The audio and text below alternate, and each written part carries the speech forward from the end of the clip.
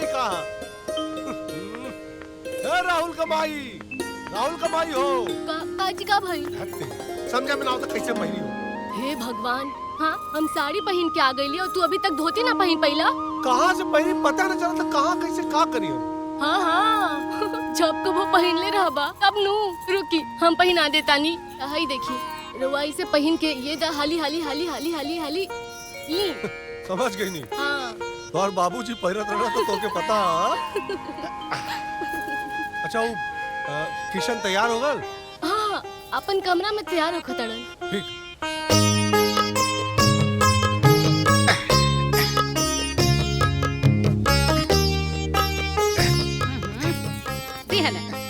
सब कपड़ा पहन ले रहुआ टइये पहने ना आवेला। अरे टाई तो तोरे प्यार के निशानी है, यही खातिर तो तोहरा से बनवावे दी। और प्यार तोहार हमेशा हमरा गला में टंगल रहेला। अरे चली पूजा करे जाए के बा, पिकनिक मनावे ना। अरे हाँ, पूजा के तैयारी हो गई का? हाँ सब कुछ रेडी हो गइल बा और देवर देवरानी पूजा का थाली सजावत हवे। चल चल चल, चल।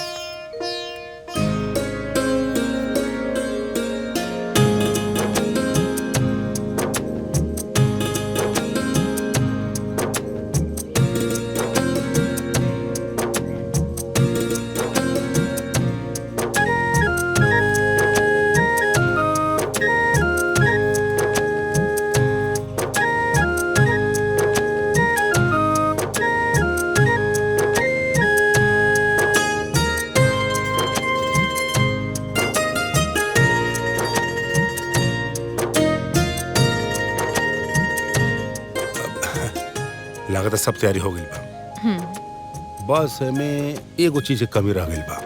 का?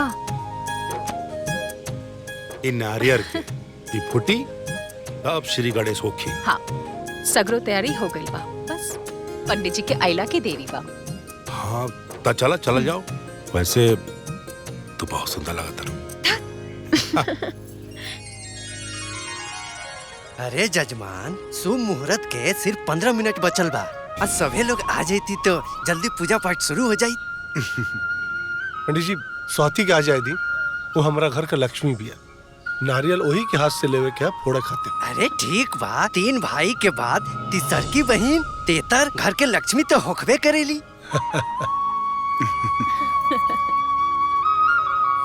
पर वो बाड़ी कहाँ?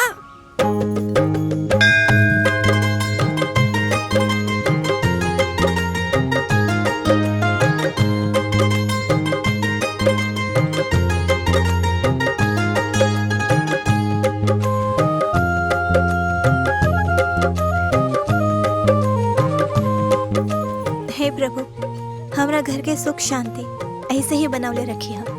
हमरा भाई लोगन के सदा तरक्की दी है। उनकर एकता, उनकर प्रेम हमेशा ऐसे ही बनौले रखिया प्रभु, हमेशा ऐसे ही बनौले रखिया। जय श्री कृष्ण। अरे जजमान, शुभ मुहूर्त बीतल जा रहल बा, जल्दी बुलाई पूजा करे खातिर। अरे पंडित जी तो का भइल, हमार बहन स्वाति खुद एगो शुभ मुहूर्त हिया, ओकरा आते ही सब सुबह सुबह होला। हाँ हाँ ठीक बा, पर हम आ गए नहीं पंडित जी।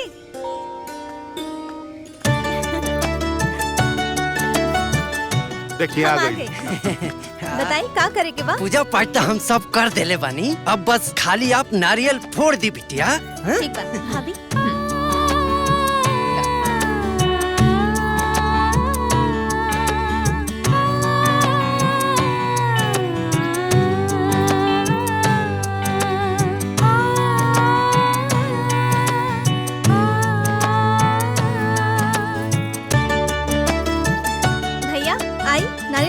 अरे बड़का भैया कहता वो फोड़ी तो ठीक रही। अरे फोड़ दा ना।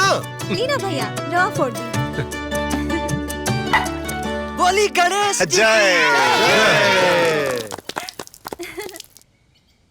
जजमान चाबी ली, आ एक चक्कर मार के आई, उद्घाटन कर दी, श्री गणेश कर दी जाई। बोला गणेश भगवान की जय।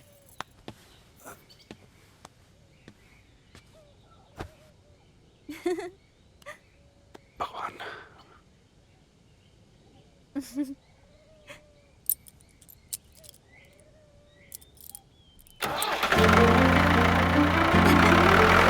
ले जा। वाह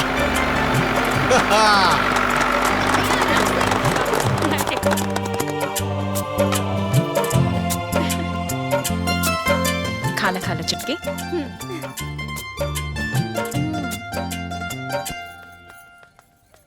हाय देखी का हो व्रत उपवास तो हमनी रख ले बानी जा, अब भूख प्यास हमनी के लागल बा। आ तू भोजन के परोसा पहले इनकरा के खिला रहल बाड़ू। हम अभी खाना लगा देता नहीं दीदी। जब इतना भूखाइल बाड़ो तो खुदे लेके खा ले रह तू। अगरत के रहलू, यहाँ कोनो नौकर ना है ना। अच्छा ये छोटको खाली रवा नौकरानी है का?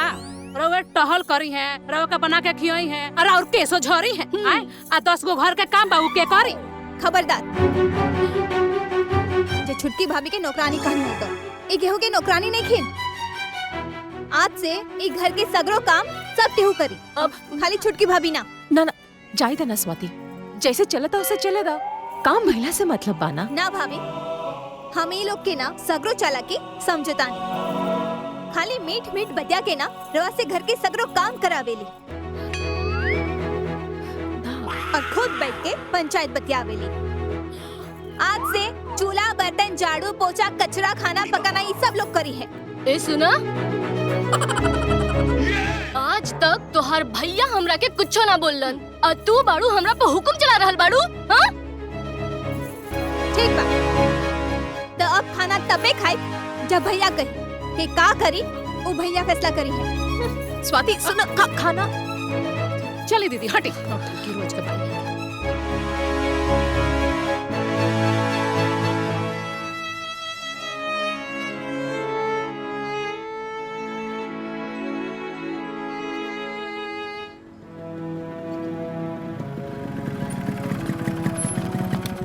पापा पापा बुआ खाना ना खैले बिया। खाना ना खैले बिया? और हमनी के होमवर्क भी ना करेले बाड़ी, और तो और हमनी के पढ़ाईबो ना कैली। स्वाति खाना काहे ना खैलस? बड़की माई से झगड़ा भइल बा। अरे नेहा भी ना। नेहा, नेहा जी बाहर आओ सब लोग। का जी? का कहत बड़ा लड़का लोग? स्वाति खाना काहे ना खैलस? अब सच कहनी हा तो ओकरा के मिर्ची लागल तो हम का करी? मिर्ची लागल ना हुई, मिर्ची तू लगौले होकबू। झगड़ा काय कैलू स्वाति से? अगर तू गुस्सा दिलौलू है तो तू ही जाके मनावा ओकरा के। भैया एकदम सही कहा था नहीं। जाई मनाई जाके स्वाति के। हाँ स्वाति खाना ना खाई तो हमनियो खाना ना खाई। जा हाँ कन्हैया ठीक कहा ताड़ा। स्वाति ना खाई तो आज से हमनी भूख हड़ताल करो बस।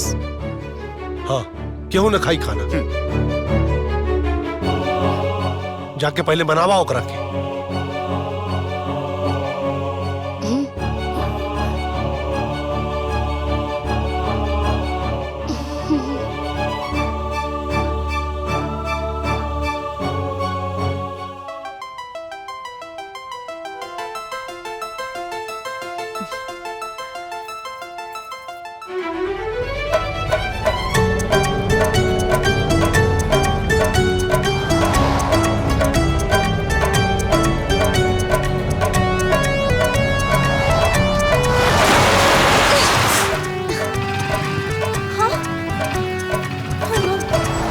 गाड़ी रोक, गाड़ी रोक, गाड़ी रोक।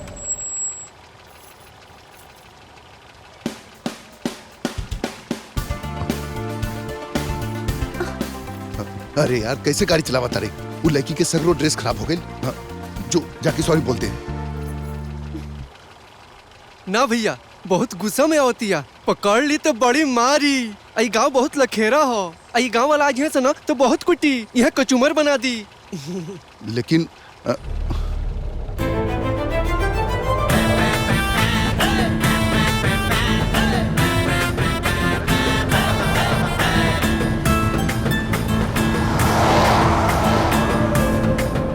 बच गई नहीं जा, एकदम भिन भिनाइल शेरनी जैसे पीछे लगा रहे भैया। अब कुछ भी हो गलती तोहरे ने रहे। हाँ तो क्या करी, गलती हो गई तो हो गई। रुक के मार नानू खैती भैया। अब ईटा खो। हाँ भैया बुझाता मारी। हाँ हाँ भैया शीशा भी फोड़ी। ना तोहार कपार फोड़ी। बहन जी क्षमा। बहन जी माफ कर दो बहन जी, ऐसा मत करो बहन जी। नानक मार के एकदम गाड़ी के शीशा फोड़ दी। हाँ भैया गाड़ी तो तुम्हारा। हाँ हाँ तो गलती गाड़ी के बानू। हाँ गाड़ी तो हम चलावत रहनी। हाँ तो मार के एकर कपार फोड़ दी। फोड़ दी एकर कपार। हाँ हाँ ना बहन जी, अगर आँख पे मारम तो काना हो जाए, माथा पे लगी तो पागल हो जाए। मारही के बाना तो चप्पल जूता से मारी ना, हमरा के ईटा से मत मारी। हाँ गलती करके सॉरी बोले की बजाय भागे लगले। तोहरा का बुझाए हम तोहरा के पकड़ ना पाए। हाँ ये बुझाइल रहे एकरा के। हम एकरा के मना कनी गाड़ी रोक, माफी मांग ले फिर जो, लेकिन हमारी बात कहाँ सुनलस, गाड़ी लेके भाग गई। Shut up. हाँ कैसन मालिक बड़ा तू कि एक नौकर तोहार बात नहीं की सुनत। सफाई मत दो, हम सब बुझतानी। ई सब ना तोहरे साजिश बा भगौले भगौला में। हाँ ना चल भाग जा यहाँ से, ये हमार गाँव हो। अगर गाँव वाला की बुलाइब ना तोहरा की मार मार के ना तोहार कार और तोहरा लोगन के ना कचुम्बर बना दी है। अरे ना बहन जी ऐसा मत करी बहन जी, माफ कर दी, हम कान पकड़ता नहीं बहन जी, अब ऐसा गलती कबो ना हुई। माफी मांगता रहो। चलो निकले यहाँ से।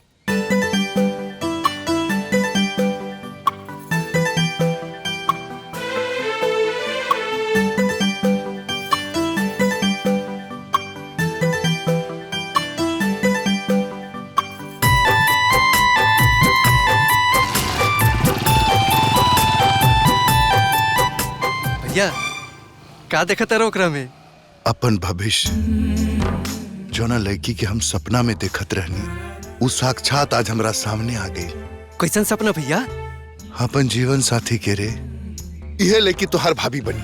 का? हाँ भैया ये भाभी ना, ये आंधी ही है। का देखता रहो ओकरा में? उहे दबंगही, उहे इंसाफ, उहे तेवर। अरे तू जो एकरा पीछे पीछे अब पूरा इंक्वायरी लेके आ, ठीक बा? जो हम जाता नहीं ये खुशखबरी अपना माई बाबूजी के सुनावे खातिर कि बहू फाइनल। मम्मी पापा हमरो वालों खातिर बहू पसंद कर ले बनी। हाँ हाँ बहू पसंद आ गई? ए जी हजारों फोटो देखला के बाद आखिरकार बहू पसंद करिए लेलस। अरे फोटो में ना माई, हाँ? साक्षात आमने सामने देखा देखी भइल बा। अच्छा हाँ हम तो सोच ले बानी अब बिहा करब तो उहे लड़की से करब। हाँ हमार होखे वाली बहू कैसन बिया? अरे बाबूजी एकदम ई खीर जैसन। अच्छा मतलब एकदम गोरी चिट्टी। हाँ अरे वाह। ए बबुआ ओकर मिजाज कैसन बा हो? मिजाज एकदम ई तीखी मिर्च जैसन। यानी कि तेज तरार बिया? हाँ। और बेटा स्वभाव कैसन बा? स्वभाव बाबूजी एकदम ई प्याज जैसन, जे के जितना खुरे दी ओके उतना रुआई। अरे वाह।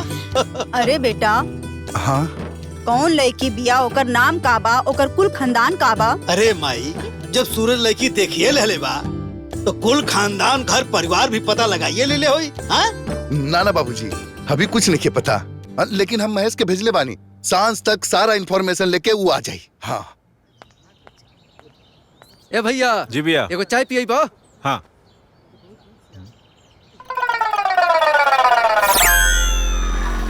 का भैया कौना बैंड पार्टी में रहेला?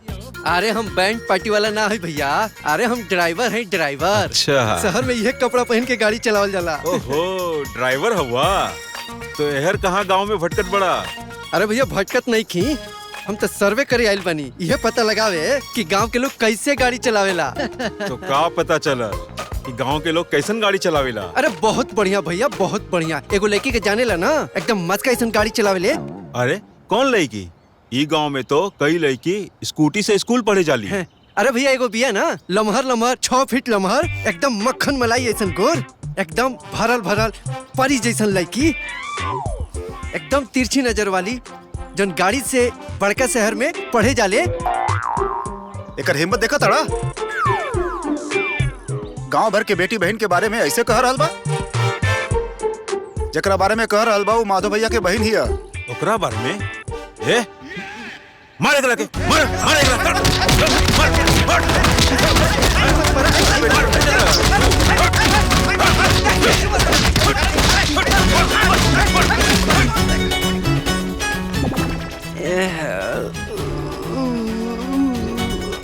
मार खैनी तक खैनी, लेकिन ई पता लगा लेनी कि माधव के बहन स्वाति ही है।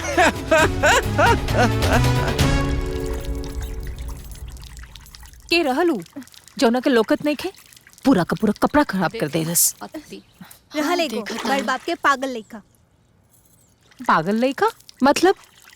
हाँ ना तो का, हम तो ईटा उठाओ नहीं मारे के, बाकी वो हमरा से कहत रहला कि अपना ड्राइवर के कपाड़ और कार के शीशा भी फोड़ दो। अब बताओ पागल नहा तो कहा। छोड़ा जाएगा। देखा तारू ना कैसे चाल पढ़ा रहल बाड़ी। अरे आइल हुई है केहू के साथ होली खेल के, और यही जाके बहाना बनावताड़ी। अब दीदी जाए दे, हमने को इसे काल लेवे देवे के बा, जहाँ जा जॉन करस। अरे काहे ना लेवे देवे के बा?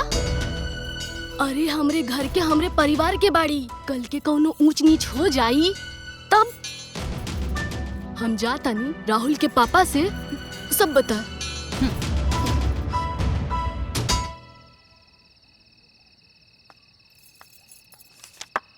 सुनी जी, रउआ हिजा बैठ के खाली कामे काज करब कि राउर लाडली बहिन पे नजर भी रखब? कहे का भइल? का भइल? अरे राउर के कुछ पता बा? काल राउर बहिन होली फगवा खेल के न जाने कौना लइका के संगे कीचड़ में नहा के आयल रहलीन। तू ही पूछ ले हो तू? हम पूछी? हाँ, अरे वो दिन पूछ ले रहली है ना, तो सब के होके मिर्ची लाग गइल रहे। हाँ, रउआ पूछी। ठीक, कल पूछा।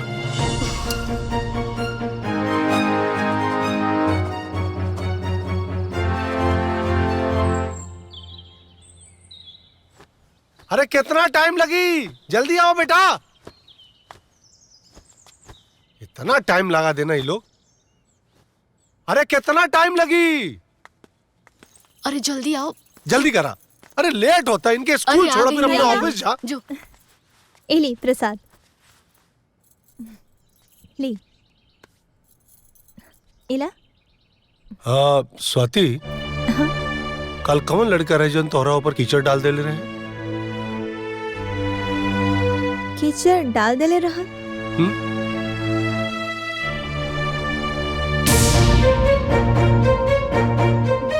भैया केहू के भी कान भरला से ना कुछ भी गलत सोचे की जरूरत नहीं खे। ओ कीचड़ डालले ना रहल हा, ओ गलती से ना ओकरा गाड़ी से छिटक कर हमरा पर पड़ गई रहल। ओ माफी भी मांग लेलस, कान पकड़ के सॉरी भी बोल देलस, और हम भी माफ कर देनी बस।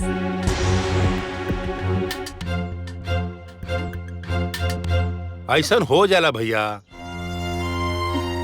कबो कबो ऐसा हो जाला।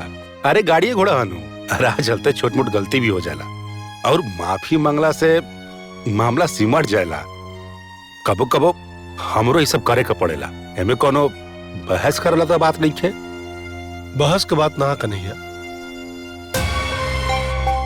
कंफ्यूजन दूर होता।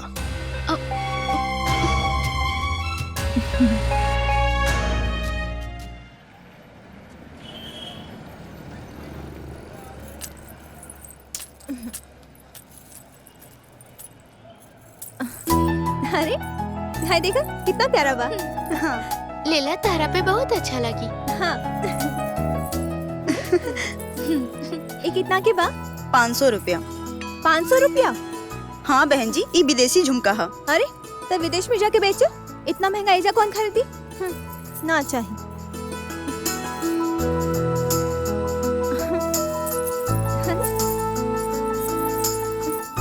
अरे वाह, ये पायल बहुत बढ़िया बा, है ना? हाँ। ये कितना के बा? 750 रुपया। 750? चांदी के हका? एमे का है ना, आधा चांदी मिलावल बा, तब्बे इतना चमकत बा। तो आधा बात नकली ही भइल ना, तो असली चांदी के भाव लगाओ तारू। ना चाहिए। स्वाति, ये देखा कितना सुंदर कंगन बा, तू पहनबू तो बड़ा अच्छा लगी।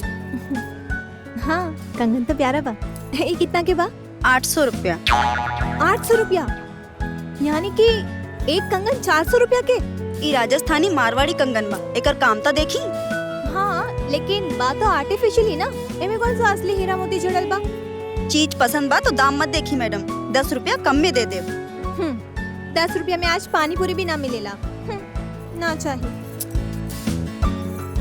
चल। हाँ, चलो चलो। अच्छा स्वाति, सब चीज बहुत सुंदर रहे ना। हाँ, जितना भी सामान देख लू ना, उतारा पे बहुत ही अच्छा लगे, ताकि ले लेवे के चाहत रहे। का लेती यार? अच्छा जाए तो बाद में ले ले। और देख लो ना कितना महंगा रहा ना। चल, कोनो बात ना, तो लोग घरे जा, हमू घरे जाता नहीं। Bye by.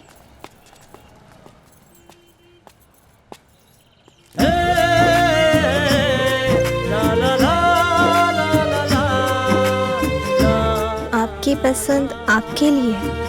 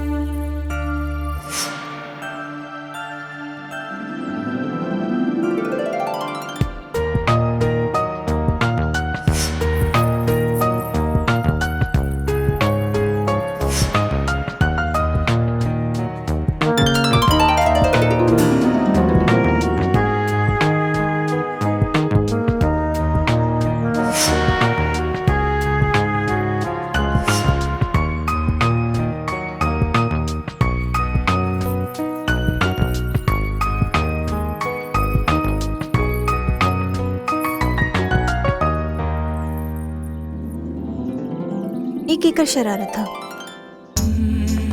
ये शरारत ना प्यार के इजहार है मैडम। पगला गेल बड़ा का?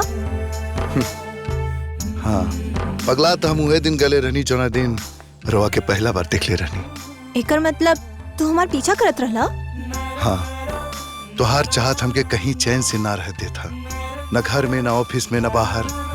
हर घड़ी ऐसा लगा था कि तू हमार सामने खड़ा बाड़ू, हम तोहरा के निहार रहल बानी। देखा, हम ऐसन वैसन लड़की ना है।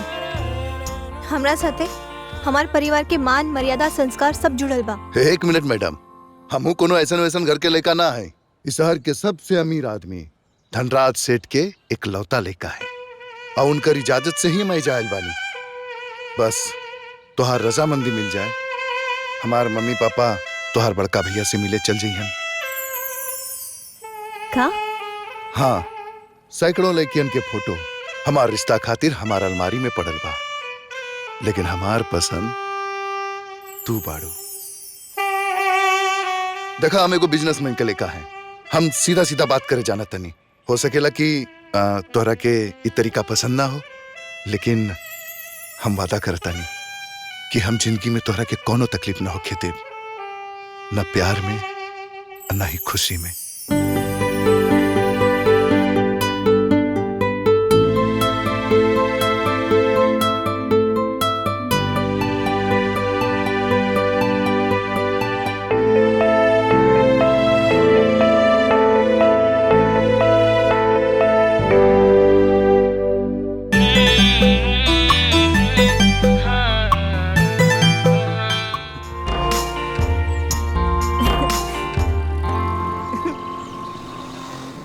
मीठा सुपारी डाल दिया हमने। हाँ,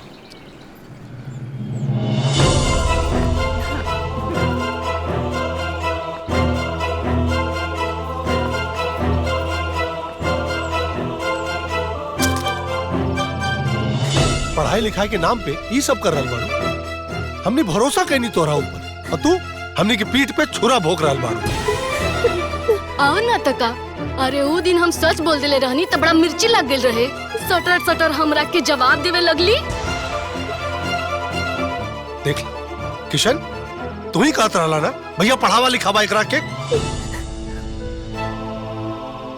ई दे रहल बानी सबक, ई सीख रहल बानी। अपना बेटी से ज्यादा मन्नी हमने एकरा की। अरे यहाँ के हाथ से मोबाइल और चाबी ले लोगी ना तो पता ना और कौन कौन गुल खिलाए यहाँ के। प्रीति ठीक कहा ताड़ी भैया। भैया हमके कुछ बोले के मौका तो दा, हमारी बात तो सुना। चुप। कोनो मौका कोनो सफाई ना। आज से तुहार पढ़ाई लिखाई बंद। एक बात कान खोल के सुन ला, ये घरे से तुहार पैर अब ना निकली। अरे भैया एक बार स्वाति के बात तो सुनी लोग, सच्चाई का उजारे की कोशिश तो करी। कन्हैया कैसन सच्चाई जौन अपना आंख से देखनी है वो झूठ है। सच्चाई बता रहे। अरे ये सब बहस कैला से अच्छा बा इनकर बियाह शादी करके इनका इज्जत से विदा कर दा, ना तो ये हम सबन के मुंह पे करीखा पोत दी है। इनकर मोबाइल, गाड़ी के चाबी सब रख ला लोग, और इनकर पैर अबे घर से बाहर तबे निकली जब इनके डोली पे बैठे क्यों। बस स्वाति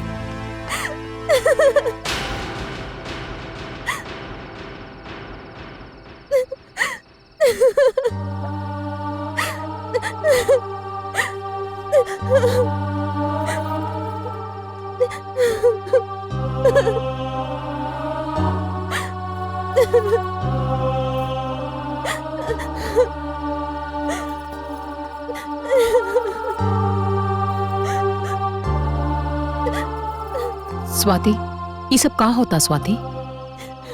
जेजी जवन कलन ह काऊ सच ह? हाँ भाभी, बाकी भैया लोग हमके बोले के कुछ मौका भी ना दिल है।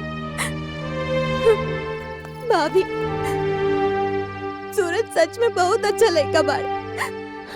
हम ना उनकर माई बाबूजी से भी मिल चुकल बानी।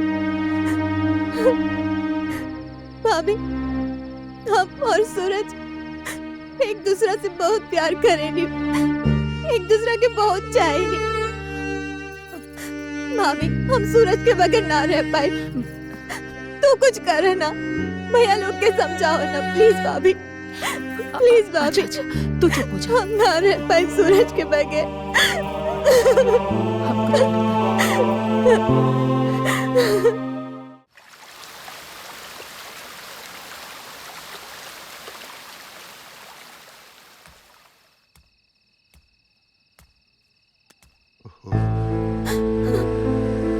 आप जिस नंबर को डायल कर रहे हैं वो इस समय स्विच ऑफ है।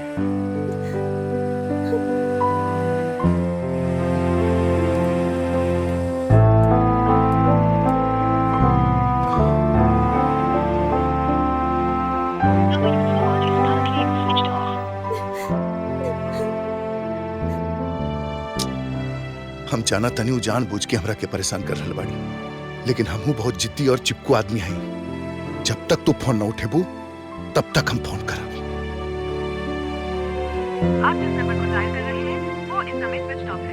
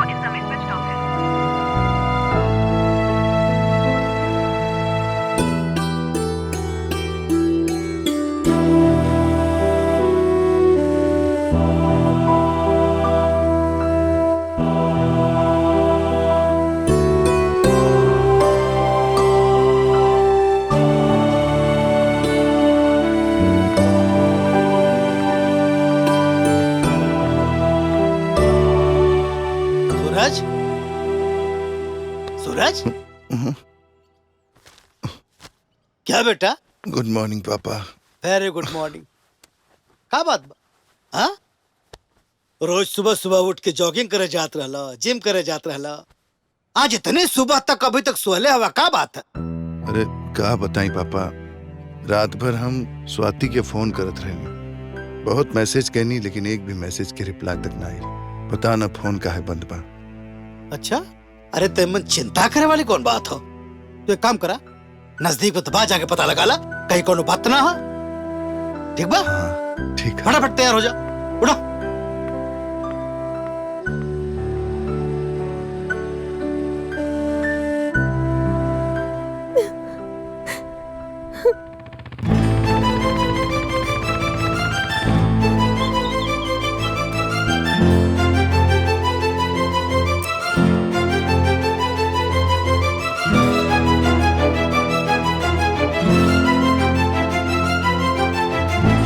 स्वाति,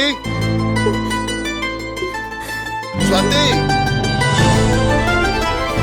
स्वाति, ये तो सूरज की आवाज है। स्वाति,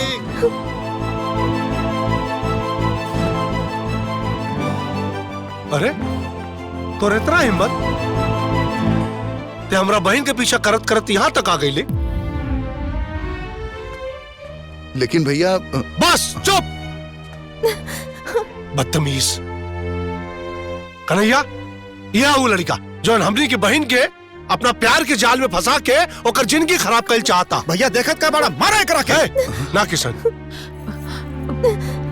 अपना दरवाजे पे कुत्ता के भी अपमान ना कल जाला। निकल जो बाबू, अगर दोबारा हमार घर तक का इलाका के आसपास भी नजर रह ना, जान से मारते। जो निकल भैया, निकल सूरज, निकल जाओ यहाँ से। ठीक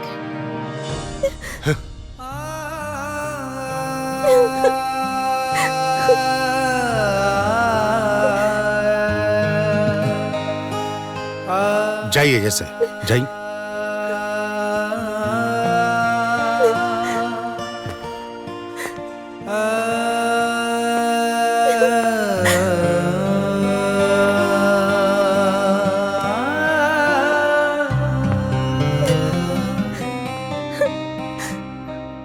सूरज, हाँ भाई बेटा, हाँ बोला, हाँ भाई।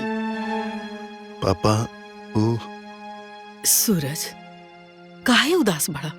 बताइबा कुछ हो? माई वो स्वाति के भैया। हाँ, सब समझ गए नहीं बेटा। जौना परिवार के मान मर्यादा इज्जत खाते तारा के उनके दरवाजा भेजनी, वह हमारा बेटा के आंख में आंसू दे देलस। धनराज सेठ के बेटा के आंख में आंसू, तो चिंता मत करा, काल हम खुद उनके दरवाजा पे जा बात करे खातिर।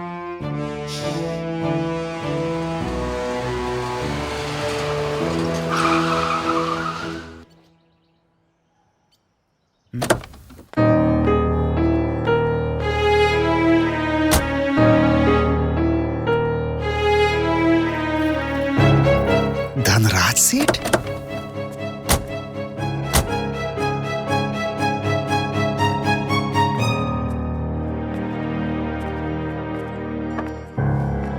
अरे धनराज सेठ यहाँ कैसे?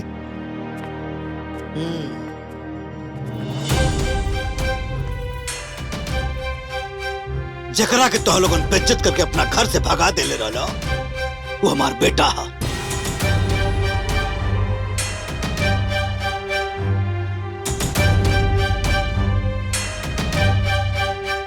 हमरा सगरो दौलत के इकलौता वारिस।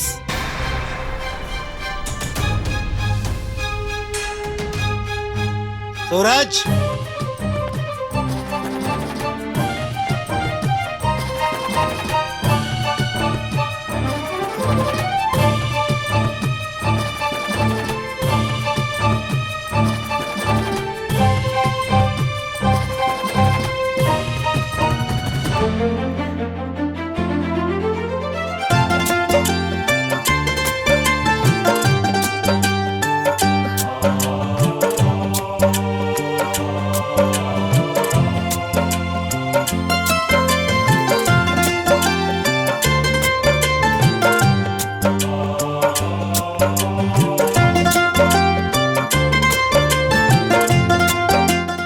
हमारा इजाजत से आयल रहले हवा स्वाति का अपना घर के बहू बनावे खातिर,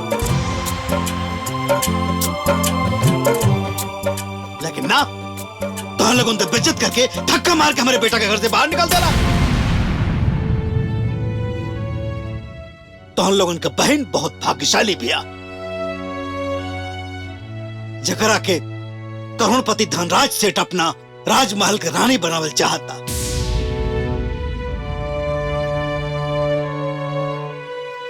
अब बताओ, रिश्ता लेके आयल बानी, संबंध बनावल चाहता ना कि सौदा करबा?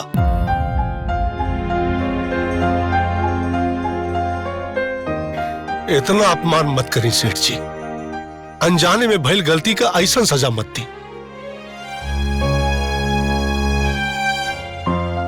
अरे हमने तो सपना देखत रहनी कि अपना बहन का शादी बहुत बड़ घर में कैल जाए, लेकिन इतना बड़ घर में हुई ये तब सोचले भी ना रहनी हमने। अब तब हमरा समझा में नहीं क्या होत कि शादी कैसे करब हम। बहुत आसान बा, एक जोड़ा कपड़ा में अपना बहन के विदा कर दा, बारात का खर्चा हम संभाल ले। ना, स्वागत सत्कार तो हमनी खेल जाए, ये हक हमनी से मत छीनी।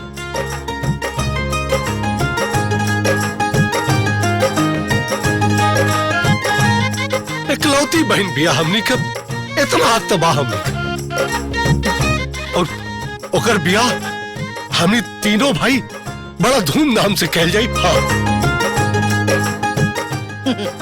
बहुत अच्छी बात है। पंडित जी पत्रा देखा, दिन तारीख बताओ, कब शुभ मुहूर्त निकला था? अरे सेठ जी पत्रा देखेगे ना बा, हाँ दिन तारीख जबानी याद बा। तो बताओ। अगले हफ्ता आज ही के दिन बड़ा शुभ मुहूर्त बा। बहुत अच्छा, तब का पूछे को? बहुत बढ़िया। तो ही लगन में शादी हुई? तो हम लोगों के कौन एतराज? अरे कैसन बात कर रहल बानी, रहुआ के जब मन करे बारात लेके आ जाई, रहू रे घर बा।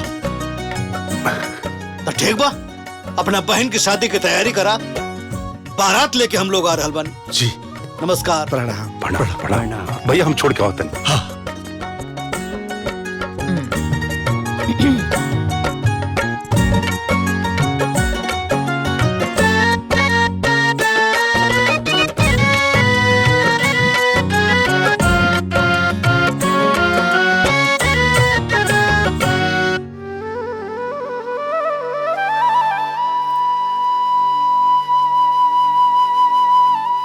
ये देखिए भैया, शुरू से लेके विदाई तक के मोटा मोटी खर्चा 15 लाख आवा था।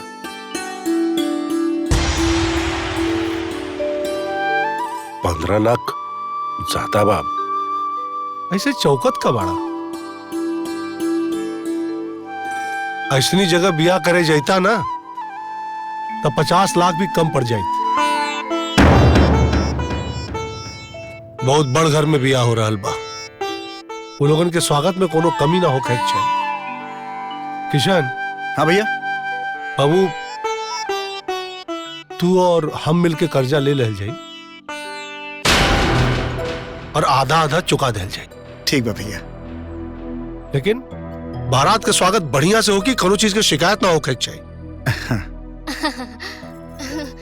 हमनियों के ढेर ढेर पैसा चाहिए। वो काहे? अरे हमनियों के तो शौक सिंगार बा।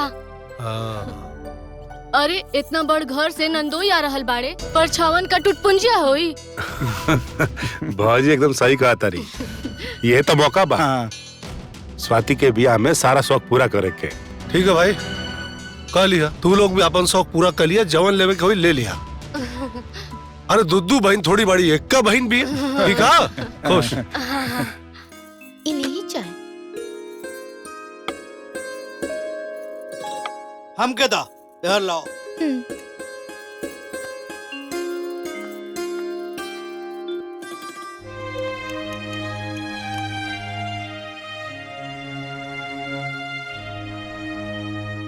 ली, अब तैयार हो गई लिस्ट।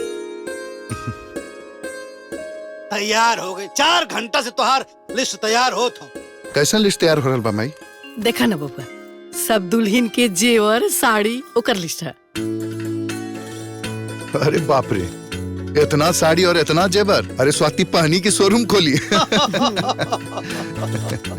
अरे बबुआ, महीना में 30 दिन होखेला और साल में 365 दिन। और हम चाहता नहीं कि हमार पतो जब ये घर में आवे ना, रोज नया नया गहना, नया नया साड़ी पहने।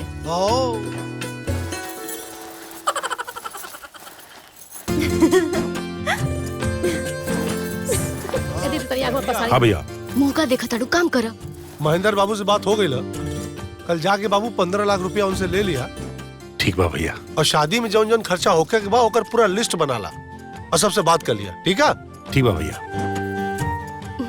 आज ना बड़की भाभी और मंजरी भाभी के ना काम करत देख हमरा दिल के इतना सुकून मिलता। हम का बताई। अब भैया। हाँ। ना जी कुछ नहीं के।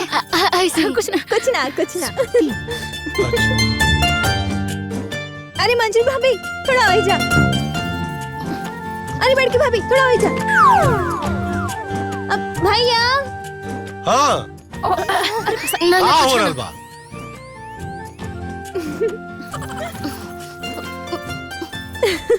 अच्छा एको बात बतावा, शादी के बाद हम सबके भुला तो न जाइबू? ना भाभी, कैसन बात करत दाड़ू? बचपन में हम माई के तना देखनी, लेकिन हमेशा हमार ख्याल तू ही तो रख लो ना। कबो माई बन के तो कबो बड़ बहन बन के। हम तोरा के कैसे भुला जाए? टेंट वाला का एडवांस दे दिया हाँ? और खाना वाला से बोल दिया माधव बाबू। अरे प्रणाम पुरुषोत्तम, का हो, कैसे आना भइल? बस अरे तोरे बाबूजी कन्हैया के नाम पर फिक्स डिपॉजिट कैले रहलन, ओकर समय पूरा हो गइल बा।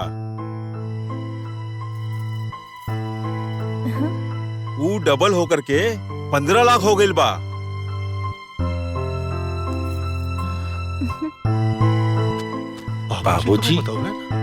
बाबूजी हमारा नाम से पैसा जमा कैले बड़न, हमरा पते नहीं के। और हमनियों के कबो ना बताओ ना कि एकरे नाम से पैसा जमा। अरे तो बता के जमा करते तब ना पता चलत। वो तो चुप्पे जमा करत रहलन। और हाँ, वो कहले रहलन कि ई पैसा सिर्फ कन्हैया के हा। काहे कि हम अपन दुन्नू बेटा माधव और किशन के पढ़ा लिखा के उनका नौकरी लगवा देनी।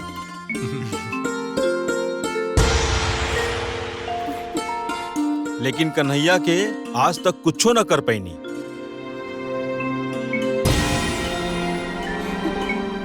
यही से ई पैसा पर सिर्फ और सिर्फ कन्हैया के हक बा। बढ़िया सोचले रहने बाबूजी, कन्हैया खातिर। ई रहल बाबू डिमांड ड्राफ्ट कन्हैया के नाम से। वो जब चाहे तब ई पैसा निकाल सकेले। भैया हमनी के बाबूजी कितना महान रानी, देखी ना हमनी के तीनों भाई के जिंदगी संवार देलन और हमनी के सुख सुविधा खातिर सब इंतजाम भी कर देलन। लेकिन भैया ई पैसा पर सिर्फ हमारा अधिकार ना, आप दोनों भाई के साथ साथ। भैया हमने तो जोश जोश में हाँ कह देनी जा। महीना के 75,000 ब्याज में जाई। ए तरह से हमन दोनों भाई के महीना के पूरा कमाई सिर्फ ब्याजे में चल जाई। तू कहल का चाहता रहा किशन? उनकरा के जो कहे के रहल ना उ कह देनी। अरे उ तो होश में आ गई नी और रउओ भी होश में आ जाई। और सुनी, कन्हैया के पैसा से ही ब्याह शादी होई, कोनो कर्जा उर्जा ना ली आई। अरे पर बात कन्हैया से कहल कैसे जाई? जब वो खुदे पैसा देत रहल तो लगला सबके हु भरत मिलाप करे खातिर। हाँ? कैसे कहा? ड्रामा करे के पड़ी। ड्रामा? जैसन हम कहब ना, अगर तू लोग ऐसा ड्रामा करबा ना तो सांप भी मर जाए और लाठी भी ना टूटी।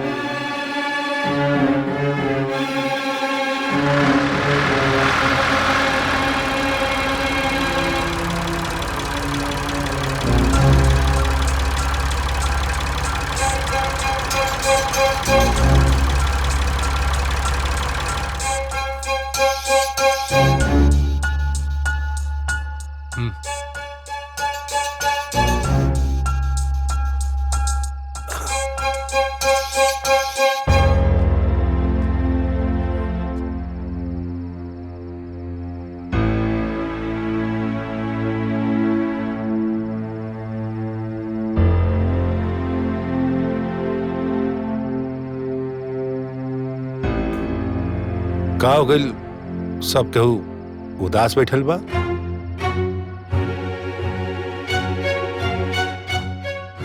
जे पैसा देवे वाला रहे वो पैसा देवे से मना कर देलस। अब स्वाति की शादी कैसे हुई? अरे हम कहा ताने से दाना पानी छोड़ला से कुछ होई। हाँ अरे कुछ और सोचा लोगन। भैया महेंद्र बाबू पैसा देवे से काहे मना कर दिलन? का बताई काहे मना कर दिलन?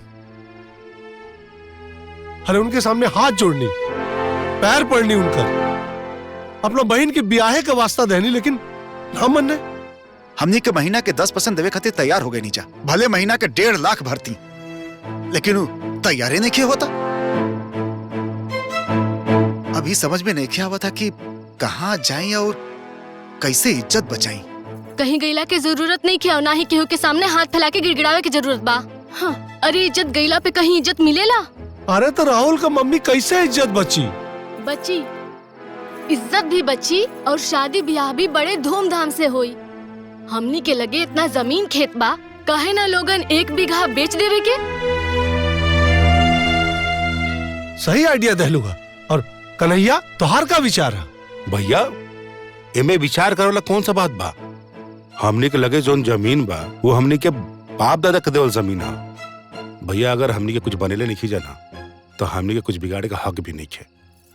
और रहल बात स्वाति के ब्याह के, तो स्वाति के ब्याह उहे तरह हुई जे तरह हमनी के सोचले बानी जा। और कैसे कैसे हुई बाबू? अरे भैया 15 लाख रुपए बा ना हमरा लगे। हम तो वही दिन बोले रहे कि मैं खाली हमारा अधिकार नहीं कि मैं आपके, किशन भैया के और स्वाति के भी पूरा अधिकार बा। हाँ। लेकिन कुछ ना किशन भैया, स्वाति के खुशी से बढ़कर पैसा तो नहीं है ना। और अगर हमनी के तीनों भाई के रहते हुए जमीन बेच देव जा तो हमनी की इज्जत ना जाई। यही से ना खेत बेचाई ना इज्जत जाई। स्वाति के ब्याह हुई, कल हम पोस्ट ऑफिस जाके पैसा लेके आवता नहीं। हाँ हाँ।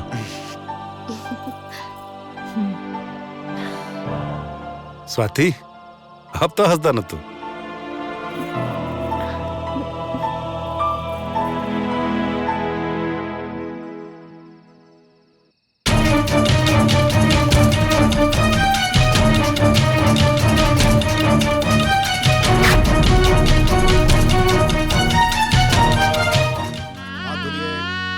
प्रक्षालम जल लगाइए ऐसे। ओम केशवाय नमः, ओम माधवाय नमः, ओम ग्राम देवताभ्याय नमः, ओम स्थान देवताभ्यो नमः, ओम वास्तु देवताभ्यो नमः, ओम सर्वेभ्यो देवेभ्यो नमः। हाथ जोड़िए ऐसे। ओम सर्वमंगल मांगल्ये शिवे सर्वार्थ साधिके शरण्ये त्र्यंबके गौरी नारायणी नमोस्तुते वक्रतुंड महाकाय सूर्यकोटि समप्रभा निर्विघ्नं कुरु मे देव सर्वकार्येषु सर्वदा। ओम मंगलम भगवान् मंगलम मंगलाय तनो हरि।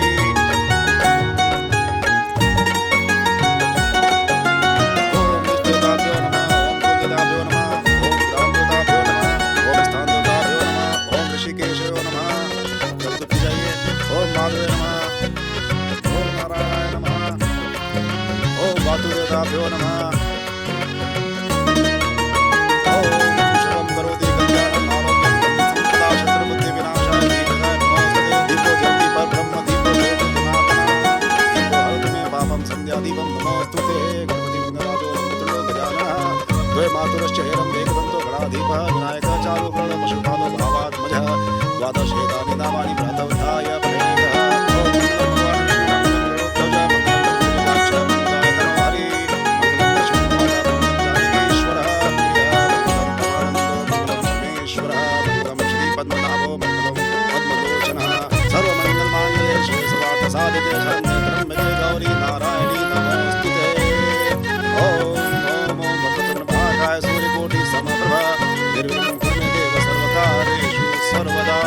विघ्नेश्वराय वरदाय शुभप्रियाय लंबोदराय विकटाय गजाननाय नागाननाय शक्ति जग विभूषिताय गौरी सदाय गणनाथाय नमो नमस्ते।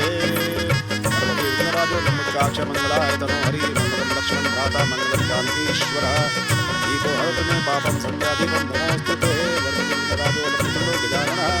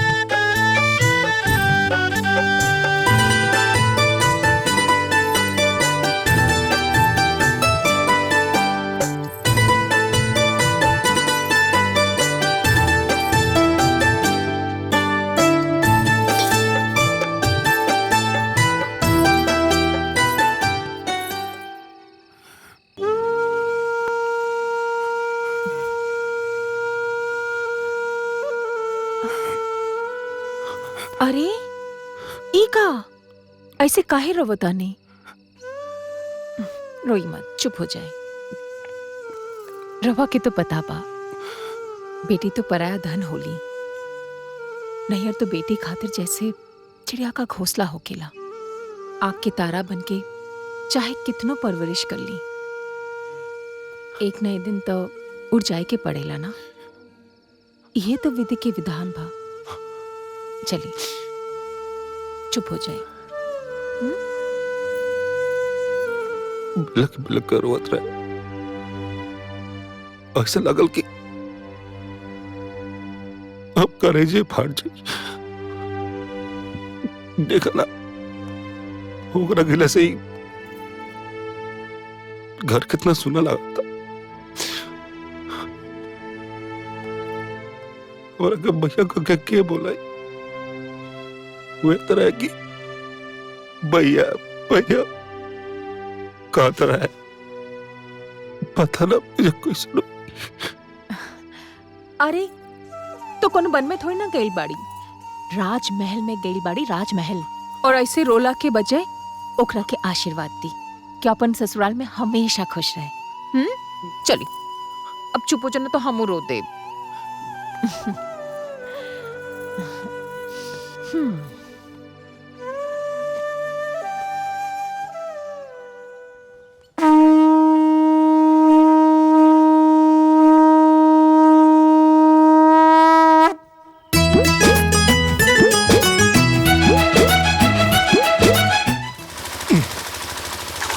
अरे हट जा, लाग जाई। का जी देखी ना, ई पंपिंग सेट से पानी कुछ कम आवता। देखी हाँ, ना तो ढीला हो गई। देखी ना, देखा तरे अभी हम ला पकड़ा। हाँ हाँ बचा के चलाई जा।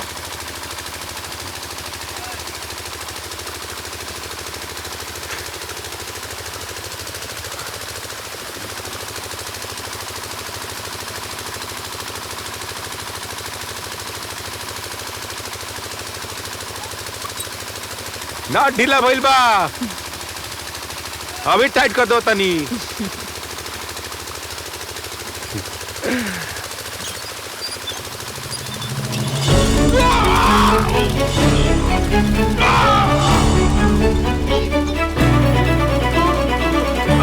गुड़िया के पापा!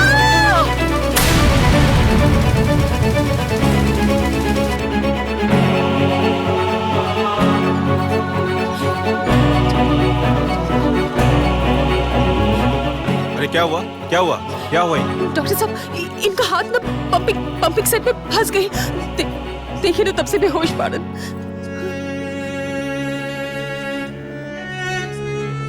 ये इमरजेंसी केस है, ऑपरेशन करना पड़ेगा। जवन करके बा करी डॉक्टर साहब, बस इनका के बचा ली डॉक्टर साहब। पहले मरीज को एडमिट तो करवाइए और डिपॉजिट भी जमा करना पड़ेगा। हाँ, ये इमरजेंसी केस है, ऑपरेशन करने के लिए बड़े डॉक्टर को बुलाना पड़ेगा और उसके लिए 5 लाख रुपए भी भरना पड़ेगा। 5 लाख? पापा!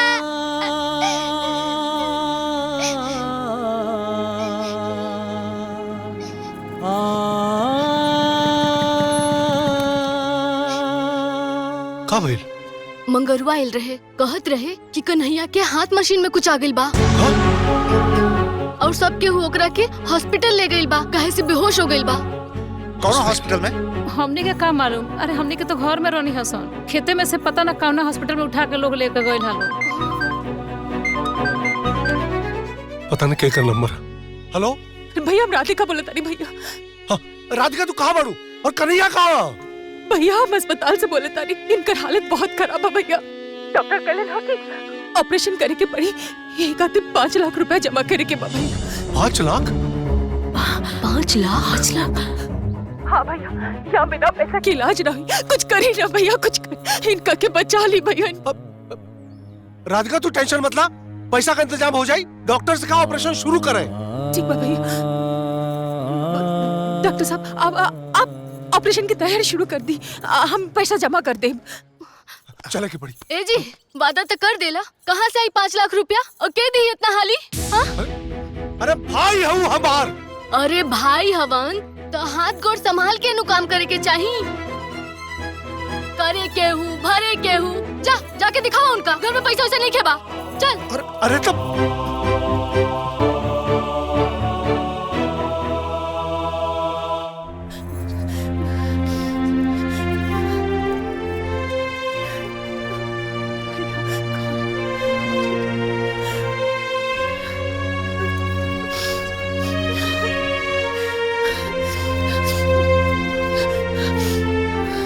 क्या हुआ मैडम?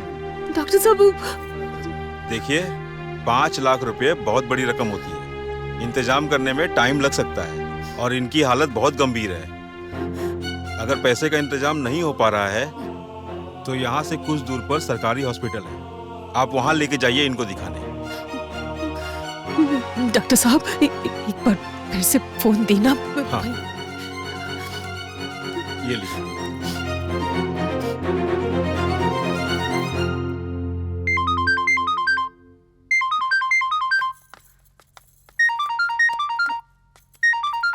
केकर फोन हरे?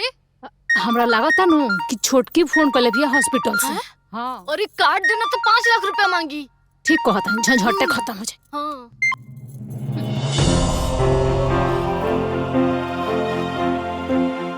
देखिए, वक्त मत गंवाइए, ये प्राइवेट हॉस्पिटल है, यहाँ बिना पैसों के कुछ नहीं होता है। मैं आपको एक डॉक्टर के नाते सलाह दे रहा हूँ कि आप नजदीक के सरकारी हॉस्पिटल में ले जाके इनको दिखा दीजिए।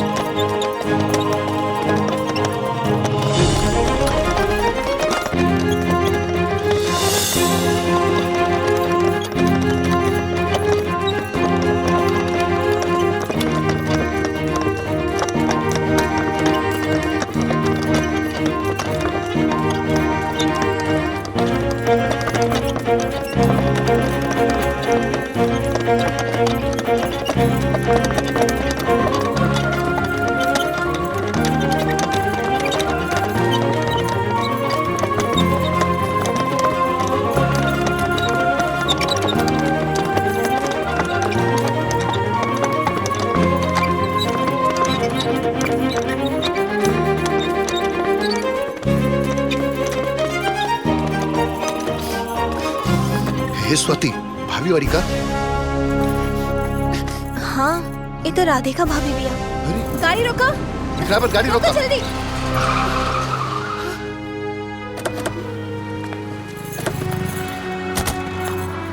भाभी?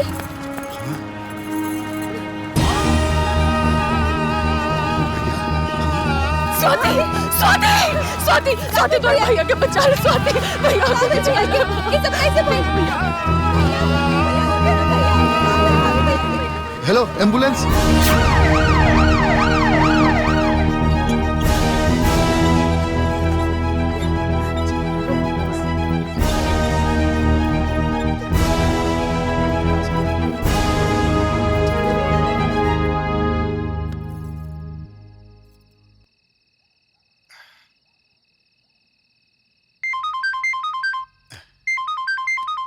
स्वाति। हाँ स्वाति। हेलो भैया, कहाँ बाड़ा लोगन? यहाँ कन्हैया भैया की हालत इतना सीरियस बा और वो लोग के पता ही नहीं खे। अरे वो पैसा के इंतजाम में लगल बानी हमनी जा। वो डॉक्टर 5 लाख मांगले है ना। यहाँ सब इंतजाम हो गए बा, रोज जल्दी आई। कन्हैया कहाँ बा? ऑपरेशन थिएटर में, जल्दी आई। ठीक, हमने आ रहल बानी। काबिल भैया, कन्हैया ऑपरेशन थिएटर में बा और स्वाति कहत रहे कि पैसा का इंतजाम हो गइल बा। हमने के जल्दी हॉस्पिटल चले के पड़ी। चल।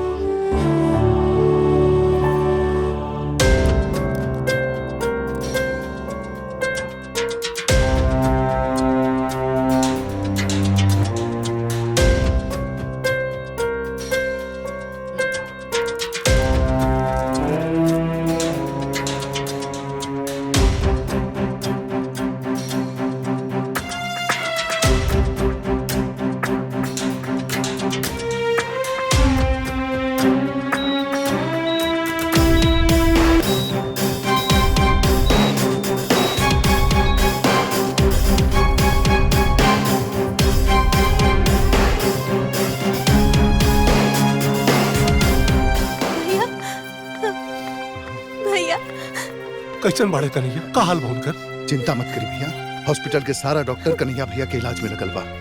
सारा रिपोर्ट और एक्सरे भी आ चुकल है, बस डॉक्टर साहब चेक करल बाड़े। डॉक्टर साहब, कैसी तबीयत है? क्या रिपोर्ट है? रिपोर्ट तो सब नॉर्मल है सर, बस एक प्रॉब्लम है। क्या प्रॉब्लम है? कन्हैया जी का हाथ काटना पड़ेगा।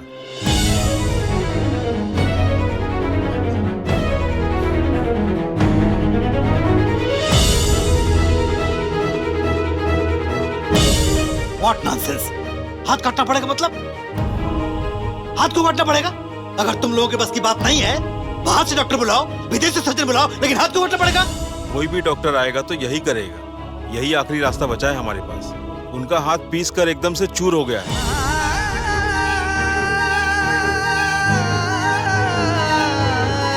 कोई ऐसी हड्डी नहीं बची है जिसको हम लोग जोड़ सके।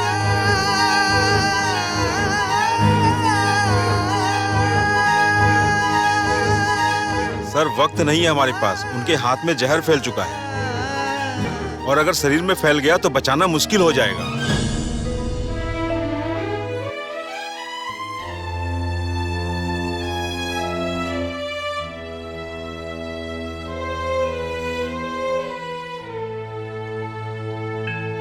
सर, सोचने विचारने में वक्त मत गंवाइए। आप लोगों को फैसला लेना है। मरीज का एक एक पल बहुत कीमती है, उनकी जान जा सकती है।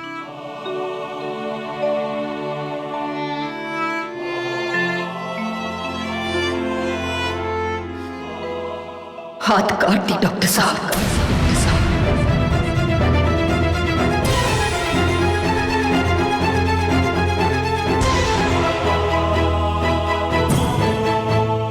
भाभी, हाँ ननद जी, कम से कम हमारा सुहाग तो सलामत रहे।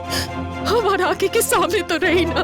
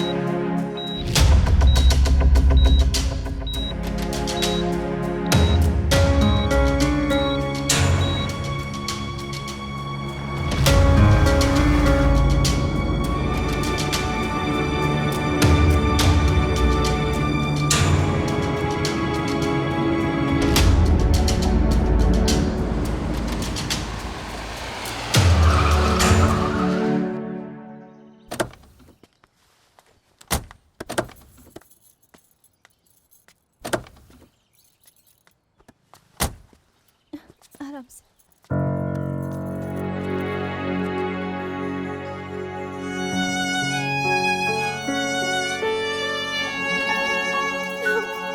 भैया, काहे होता रे? स्वाति कब? ए स्वाति काहे रोता रे पागल?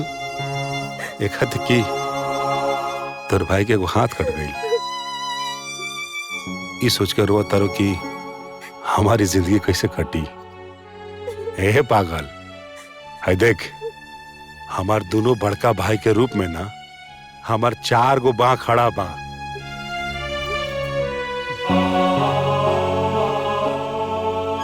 हमार दोनों भाई हमार जिंदगी भर साथ दी लो, हमार सहारा बनी लो।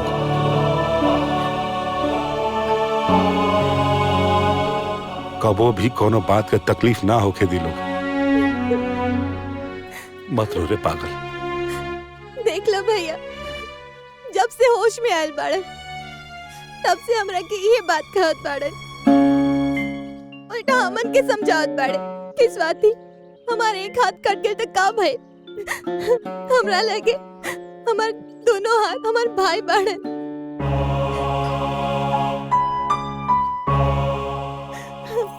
भैया, कन्हैया भैया के विश्वास कब टूटे मत दिया, हमेशा उनकर सहारा बन के रहिए। पगली कैसन बात कर रहल बाड़े? चुप, एकदम चुप। अरे सब भाई है वो हमार, खून है हमनी का, हमनी के ओकरा के कोनो तकलीफ कब्बो ना होके दे। मत रो, चुप। स्वाति, कन्हैया के कबो हम विश्वास ना टूटे थे।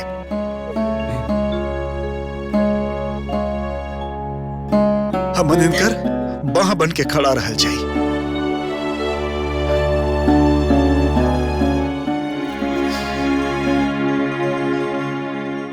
देख लो स्वाति, मार बड़का भैया लोग ना राम और भरत है लोग।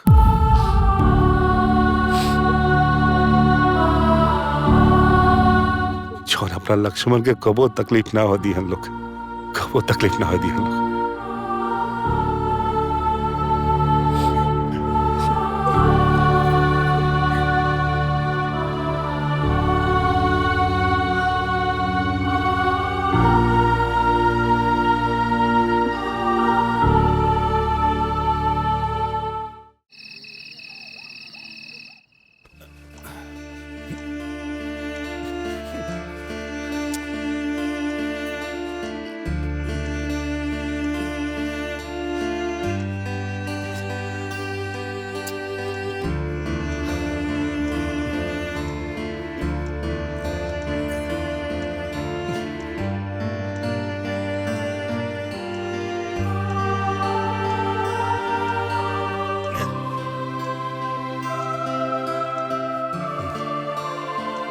जब से हमार हाथ कटल बा हमार जिंदगी नरक हो गई बा।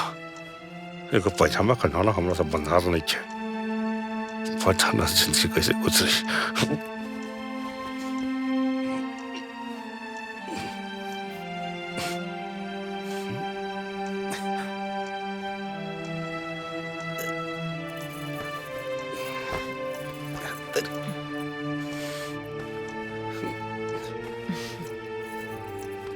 एक हाथ से पजामा के नाड़ा कैसे बंधाई जी? लाई हम बात देता नहीं। तू काका करबो, आपन काम अपना नहीं कर पावत।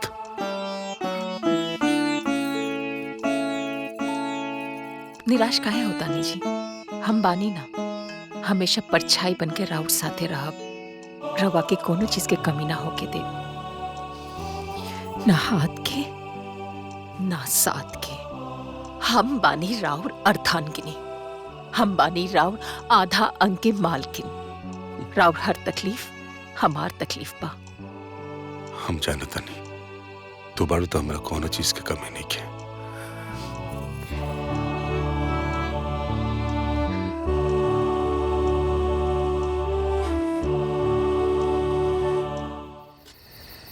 ई लिखा। हाँ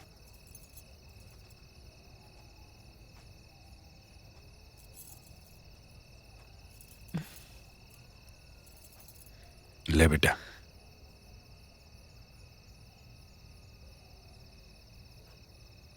जानता नहीं,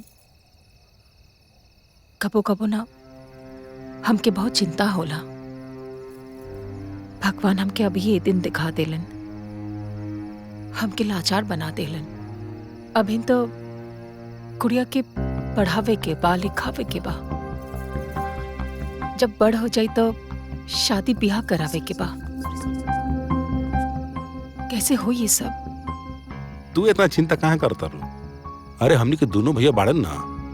देखिए एक दिन अपना गुड़िया के सबसे बड़ स्कूल में पढ़ाई लोग, और हमार गुड़िया के धूमधाम से ब्याह भी कराई लोग। चिंता मत करा, हमरा अपना भैया पर पूरा विश्वास बा। आ करा।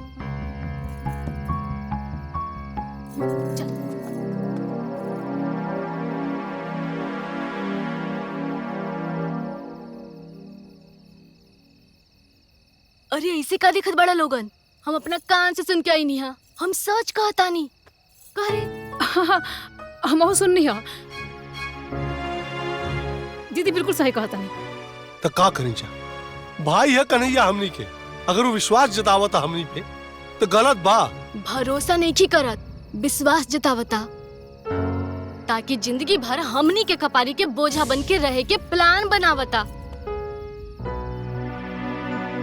आज अगर हमनी के बात समझ में ना आई ना, तो काल ओकरा के एक एक चीज पूरा करे के पड़ी। अरे उनका लड़का बच्चा के ब्याह शादी पढ़ाई लिखाई सब पूरा करे के पड़ी हमनी के। और तो और उनकर 15 लाख रुपया भी लौटावे के पड़ी।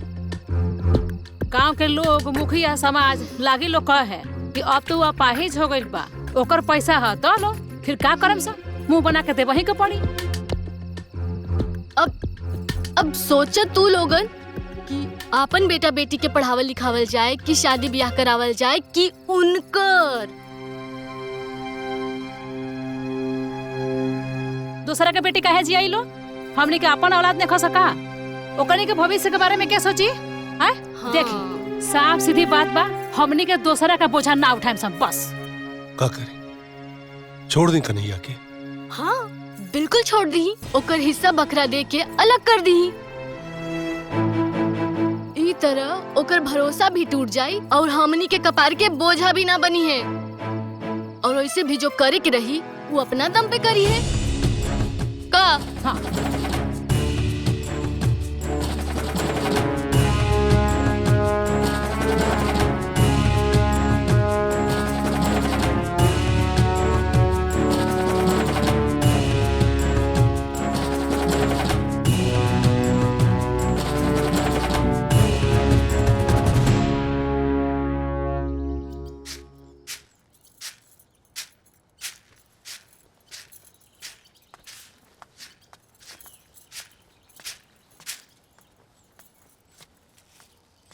ले चाय भैया के।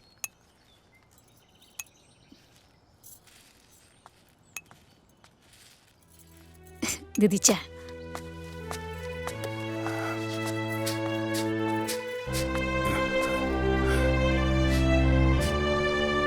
भैया लोग आज काम पाना करिए लोग का? हाँ कन्हैया ना गई नहीं है। कन्हैया बैठा ना, कुछ बात करे के बाद और से जरूरी है। अच्छा जरूरी बात?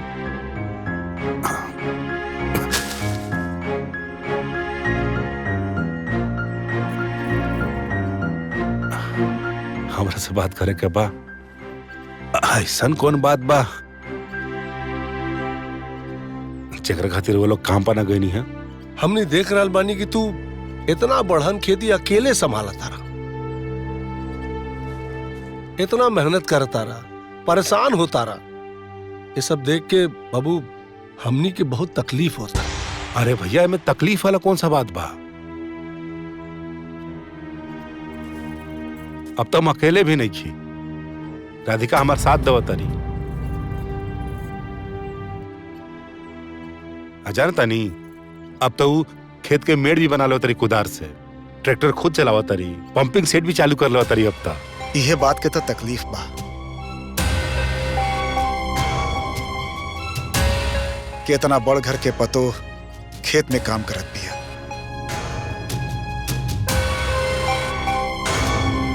कुदाल चलावत बिया, खेत जोतत बिया। इस सब से हमन के बदनामी होत बा। भैया में बदनामी वाला कौन सा बात बा? और आदमी का अपन काम करे में कैसे शर्म होके के चाहिए? लोग बाकी तक कामे है बोलल, वो तो बोलबे करिए सन। हमने का अपन काम करब जब बस। बाबू खाली अपन काम ना करता रहा, तू हमनियों का काम करता रहा, तब यही से सब कहा था। तब हमने एक फैसला लेने। फैसला?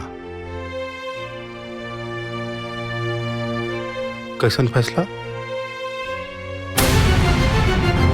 बंटवारा का। बंटवारा का।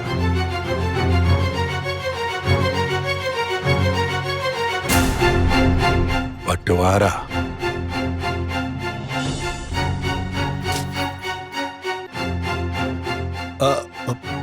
जब बाबू बोझ ज्यादा होला ना तो ओकरा के बांट दिया जाला,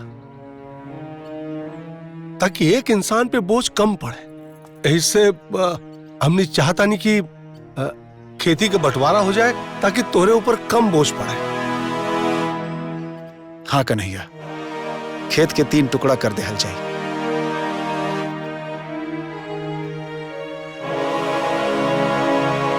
और देखा, तोहरो भी भाग दौड़ कम हो जाए। सब लोग अपन अपन काम करिहन और कुछ कही भी ना।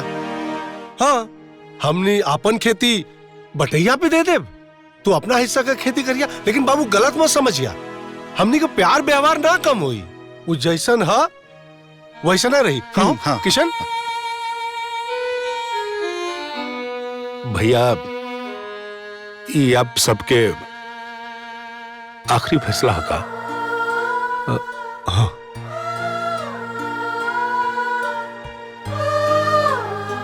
ठीक बा भैया,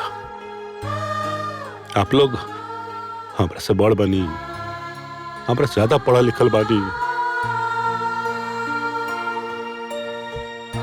हमरा से ज्यादा दुनिया भी तो देखले बानी।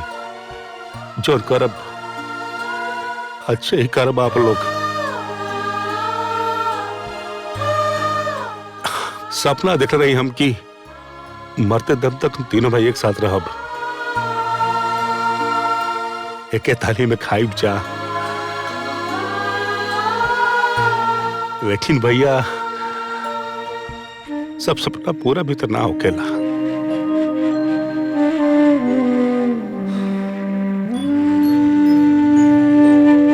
ठीक बा, जॉन आप सबके अच्छा लगे।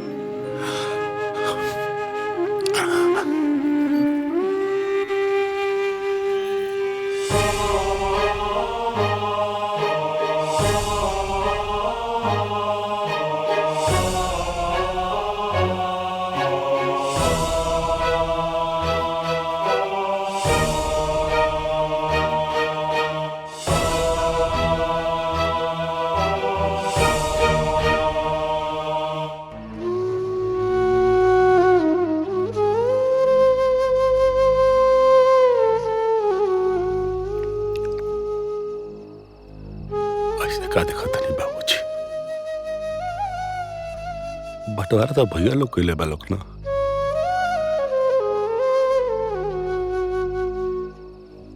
हम तो वही फर्ज निभावत नहीं जोन और वो हमरा का सिखा के गई रहनी, और आगे भी हमें कुछ छोट भाई के फर्ज निभावत रहा। हमार का बाबूजी, घर के जगह चौपड़ी मिली ना, हम वहीं में रह ले। खेत के जगह बंजर जमीन मिली ना तो ओकरा भी जोत लेब, हम जी लेब बाबूजी। लेकिन अब भैया लोगों से कबो कोनो शिकायत ना करो, कबो शिकायत का मौका ना दे।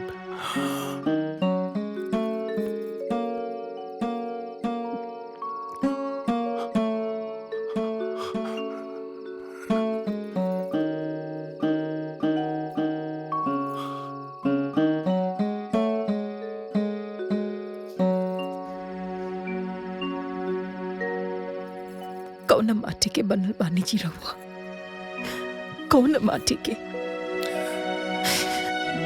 भैया लोग कवन फर्ज निभावत ताड़न ये हम अच्छी तरह जानत तानी। रउर हाथ करके हमने के जी के पैसा खत्म हो गए यही से, लेकिन रउआ अपन फर्ज निभावत तानी।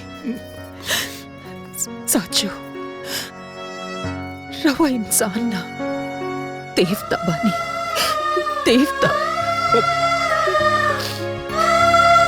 बहुत अभागा बाजी वो लोग जे अपन देवता जैसे भाई के अपना से अलग करता। बहुत अभागा बा।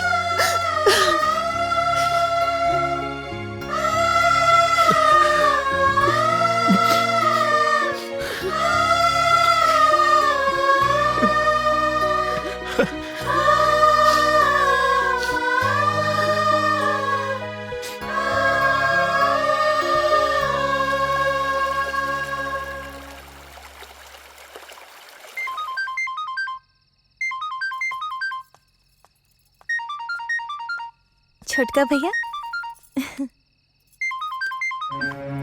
हेलो भैया। भैया ना तुहार भाभी। भाभी का बात बा, काहे रो ताड़ू? यहाँ बंटवारा होता स्वाति। भैया लोग हमनी के अलग कर ताड़न। का? लेकिन काहे? पता ना, हमके कुछ समझ में नहीं क्या आवत कि हम कहाँ जाए। तुम्हारे भैया के हाथ कटा गए, हमने के बेसहारा हो गई बानी स्वाति। के बनी हमने के सहारा बतावा। चुप हो जा भाभी, रो मत। भैया कहाँ बाड़े? वो बाहर गए हवन। बड़ा दुखी बाड़न स्वाति, खाना तक नहीं के खाइलन हम। बिहाने पंचायत जुटे वाला बा। अब तू ही बतावा हम कैसे समझाई तोहर भैया? कहाँ कही उनका से? रो मत भाभी, चुप हो जा। हिम्मत से काम ला और भगवान पे भरोसा रख, कुछ ना होए। और भैया के समझावा।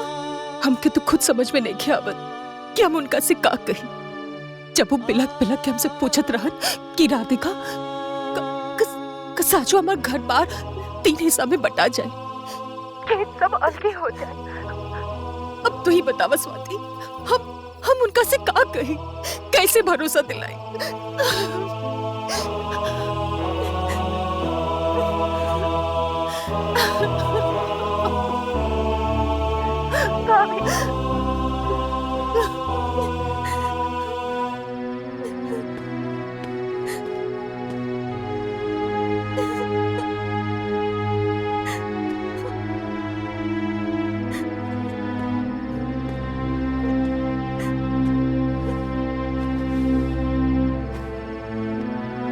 का बात बा? ऐसे काहे रो रहल बाड़ू? क्यों कुछ कहलस का? राधिका भाभी के फोन आयल रहे। बड़का भैया लोग बंटवारा की बात करत ताड़े। का?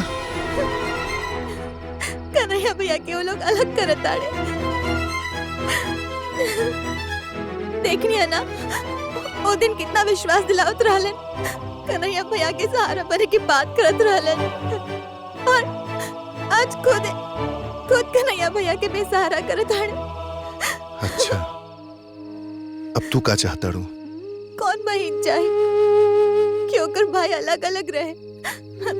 कौनो भी बहन ये चाहिए ना कि जब भी वो अपना नैहर जाए तो सगरो भाई एक साथ बैठल मिले, एक दरिया में खात मिले। हम बतावा। अरे हमार प्यारी पत्नी, कोनो भी समस्या के समाधान रोला से ना, ठंडा दिमाग से बैठ के सुसला से मिलेला। हमरा पास एगो तरीका बा, हो सकेला कि तुम्हार भाई लोग के घर फुटला से बच जाए। हमार बात ध्यान से सुना।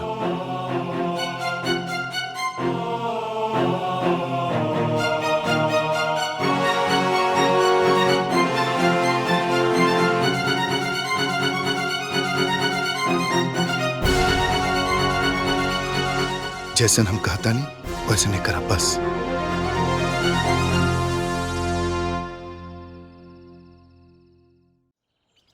भाई लोगन, माधव, किशन और कन्हैया के बीच जोन जमीन के बंटवारा के रूपरेखा बा, पंच लोगन के आपसी सहमति विचार विमर्श के बाद और न्यायपूर्ण ढंग से ई कागज में लिखा गया बा।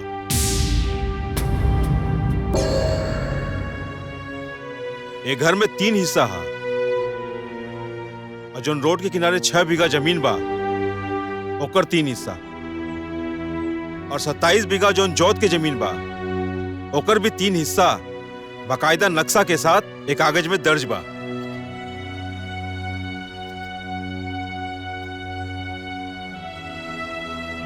हम तीनों भाई से जानल चाहतनी कि तू लोग के अगर कोनो अपन बात कहे के होगा तो कह सकेला। ना मुखिया जी, हमने के कुछ ना कहे।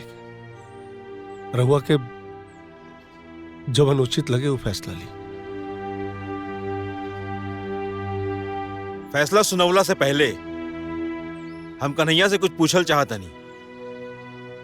काहे से कि कन्हैया सबसे छोट बाड़न। काल के ई और चाहे जनता कबो ई ना कह सके कि हमरा सते नाइंसाफी भइल बा। बोला कन्हैया, तारा के कुछ कहे के बा?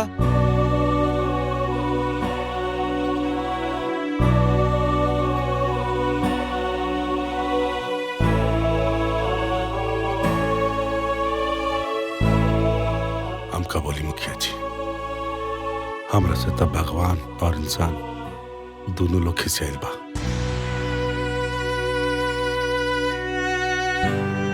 भगवान हमार हाथ काट देलन और इंसान हमरा से भरोसा और रिश्ता के डोर तोड़ देलन।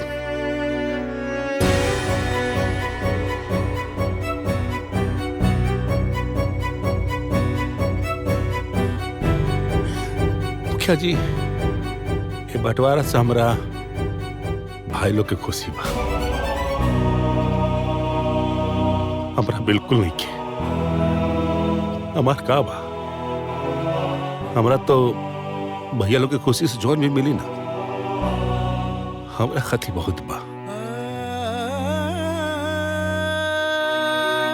हम वही में संतुष्ट बानी, जो ये लोग के अच्छा लगे वही करी। भरोसा रखा कन्हैया, फैसला उहे होई जौना में सबके खुशी होई और पूरा फैसला ही कागज में लिखल बा। फैसला उचित और न्यायपूर्ण लिखल बा। फैसला अभी अधूरा बा मुखिया जी।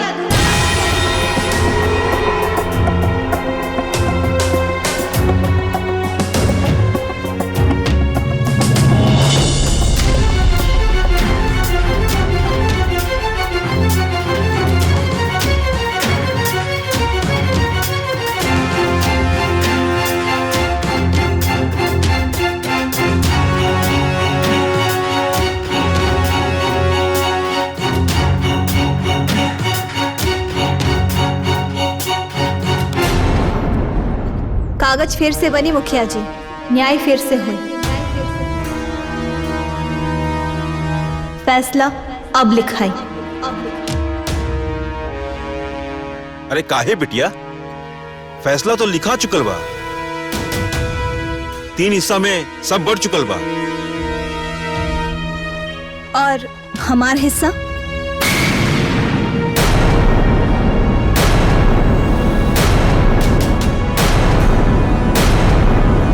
तोहार हिस्सा? अरे तू तो बिटिया बाड़ू, तोहार हिस्सा कैसन? काहे? अपना माता पिता के औलाद खाली इहे तीनों जन हवन, हम ना है।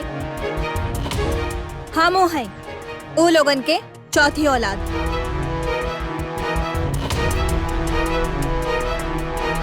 ए लिए 3 ना 4 हिस्सा लगी।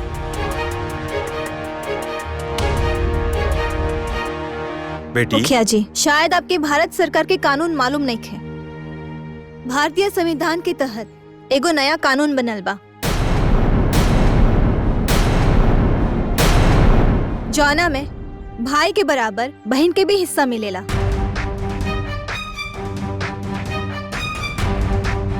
ए लिए हमके भी हमार हिस्सा चाहिए।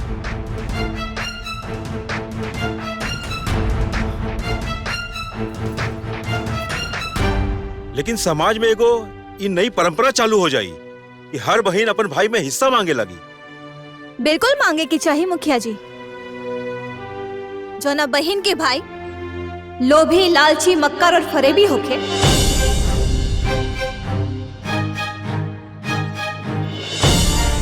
ओ बहन के अपन हिस्सा जरूर लेवे के चाहिए। स्वाति, ये लोभी लालची मक्कार का कहा तारू, ऐसन का कहले बानी हमनी? हमारा शादी के समय के फरेबी, कन्हैया भैया के जिंदगी और मौत के समय के मक्कारी।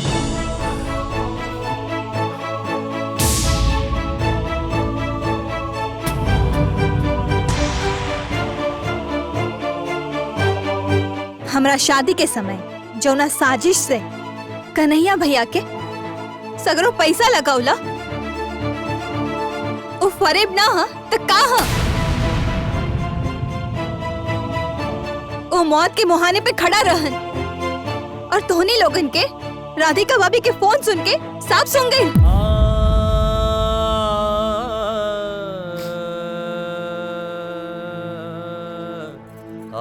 हॉस्पिटल देखे तक ना आइल। ई मक्कारी ना हा तो का हा भैया?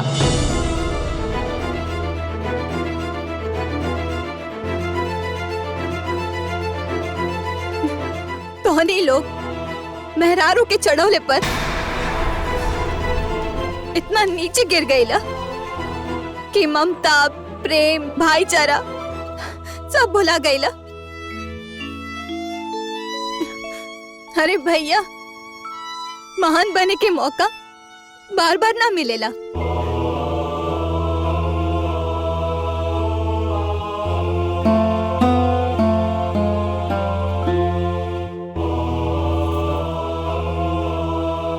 तोहनी लोग तो पढ़ल लिखल होकर भी बड़ा ना बन पाउला, पर कन्हैया भैया छोट होकर भी महान बन गईले।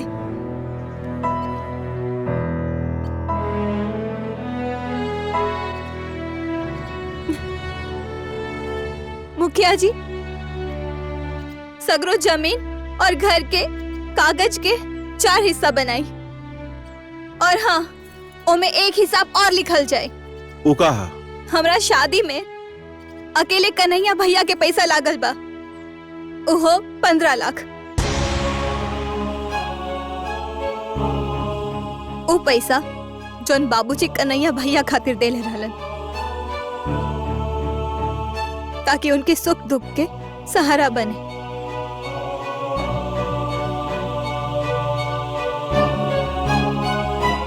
शादी के फर्ज तो तीनों भैया के बराबर के हिस्सा बनेला ना। ए लिए ई लोग पहले कन्हैया भैया के 5-5 लाख लौटाए,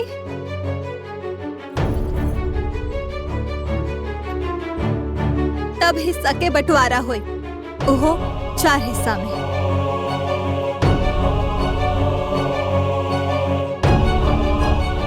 बेटी, तोहरे पास तो भगवान के दिहल अकूत संपत्ति बा, फिर तू का करबो हिस्सा लेके? हम कुछ भी कर मुखिया जी, लुटा दे, दान कर दे, या ताला मार के रख दे, ताकि नैहर आइला पर हमके केहू के दुआरी अगोरे के ना पड़े। हम अपना दुआरी पे बैठो। बिटिया, तोहरा बात में बहुत बड़ा राज छुपल बा। हमरा के लगा था तू बंटवारा करावे नहीं आइल, बंटवारा रोके आइल बड़ी। बंटवारा से खाली घर और खेत ना बटाला मुखिया जी, रिश्ता नाता भी बढ़ जाला।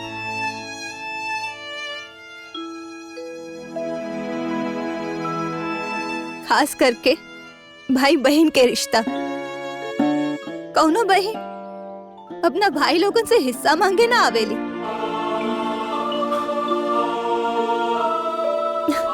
वो तो जब भी नैहर आवेली तो सिर्फ अपने भौजायन के प्यार और भाई लोगन के आशीर्वाद और दुलार लेवे आवेली। लेकिन सोची, बंटवारा के बाद बहन के दिल पे का गुजरेला। हर बार कौना धर्म संकट में फंसेली। जब नैहर आवे के बारे में सोचेली तब तो ये सोचेली ना कि हम कौना भाई के दुआरी पहले जाए, केकरा के आपन समझे और केकरा के पराया।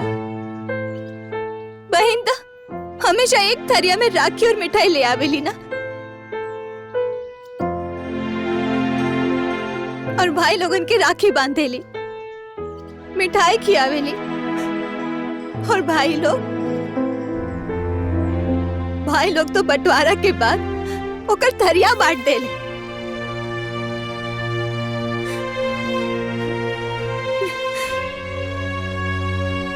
हम अपन बड़की भाभी से कुछ पूछे के चाहता नहीं।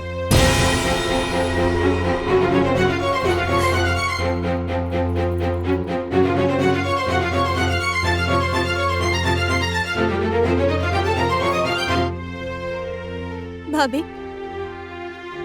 तोरा भी तो 4 भाई बड़े ना, फिर तू का चाहता रू कि तोरो भाई भी अलग ही हो जाओ? नैहर गईला पर चारों भैया के थारी अगोरे के पड़े। ना जी, कब बोला? फिर तू काहे भुला गईलू कि हम कैसे अगोरे, हम केकरा के आपन और केकरा के पराया समझे। तोहार नाम तो नेहा है ना भाभी? फिर तोहार नेह के सागर कैसे सूख गए? माई बन के हम कन्हैया भैया के पलन पोस लू, फिर तोरे ममता के दीपक कैसे बुता गए भाभी?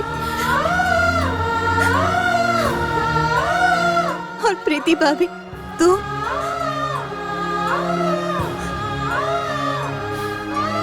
तो प्रीत के परिभाषा ही भुला गई। जाना तारू, बीच वाली भाभी के का महत्व होला? हमेशा मंजरी भाभी तराजू के मुठिया जैसन होली। जॉन दोनों पलड़ा के बराबर से संभाल के रखे। बाकी तुहार प्रीत में ऐसे काहे खोट आ गई कि परिवार के पलड़ा ही बिखर गए?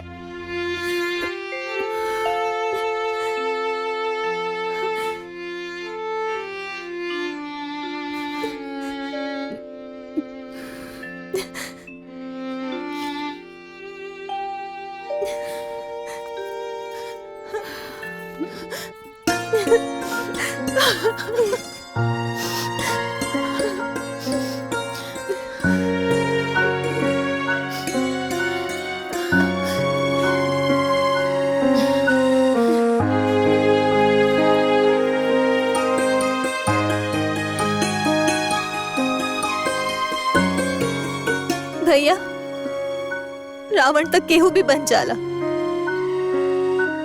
लेकिन राम केहू ही बन पावे।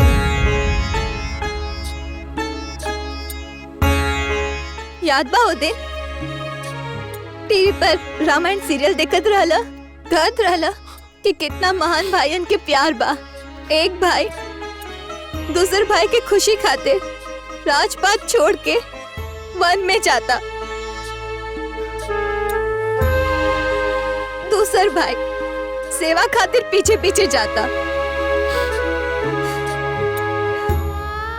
और तेसर भाई कड़ाव माथे पर रख के ले आवता।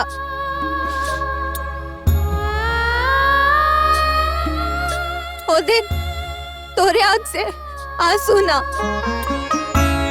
भाई खातिर एगो भाई के प्रेम बाहर आवत रहला।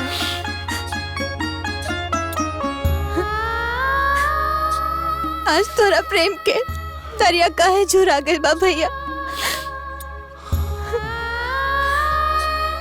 देखा ना, आज तोहार लक्ष्मण अपाहिज बन के तोहार दुआरी खड़ा बा।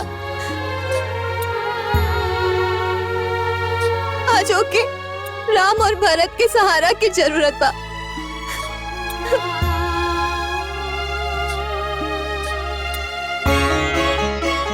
ओकरा के बेसहारा काहे छोड़ता रे भैया। ओकरा साथे ऐसन काहे करत बाड़ो भैया, बोलो भैया।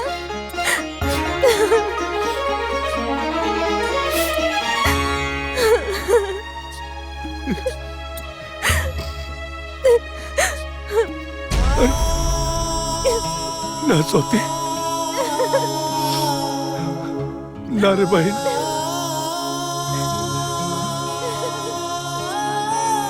हम अपना भाई के कब्बू अपना से अलगा ना करब।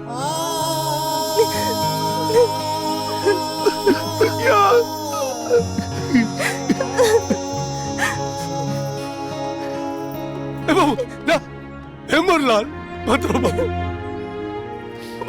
मत ही फिर आगे रहे। छुटकी हमने के माफ कर दो। ना दीदी, रवा हमार बड़ बहन जैसन है, रवा हमसे माफी मत मांगी, मत मांगी। ना मत रवा। हमने के माफ कर ना दीदी, माफ कर दो। हमार बुद्धि भ्रष्ट हो गए रहे बाबू। आज हम अपना भाई अपना खून के अपना से अलग के देनी। आज के बाद हमारे दोनों भाई हमारे दूगो हाथ बढ़े, हमेशा साथ रही है हमारे भैया, हमेशा भैया हम के साथ ही रहेंगे। वाह बिटिया वाह, सही कहला सा। बेटी घर के लक्ष्मी होली, लेकिन तू तो लक्ष्मी सरस्वती दुर्गा सब बाड़ू। अरे तोहरा जैसन बेटी जो ना घर में हो जाए, वो घर में कब्बो बंटवारा ना हो सकेला। माधव बाबू, ये कागज बंटवारा के है। हमारी पंचायत भी बंटवारा खातिर जुटल रहे, लेकिन अब एकर कोनो जरूरत नहीं है। लेकिन हमरा के विश्वास बा कि आज के बाद जे लोग यहां से जाई, एगो सीख लेके जाई कि आपस में केहू बंटवारा ना करी। चलत है, प्रणाम। ओके जी, अब घर में बंटवारा ना, हमने तीनों भाई एक दूसरे का सहारा बन के रह जाई। वाह, ठीक बा। ए, चला लोग।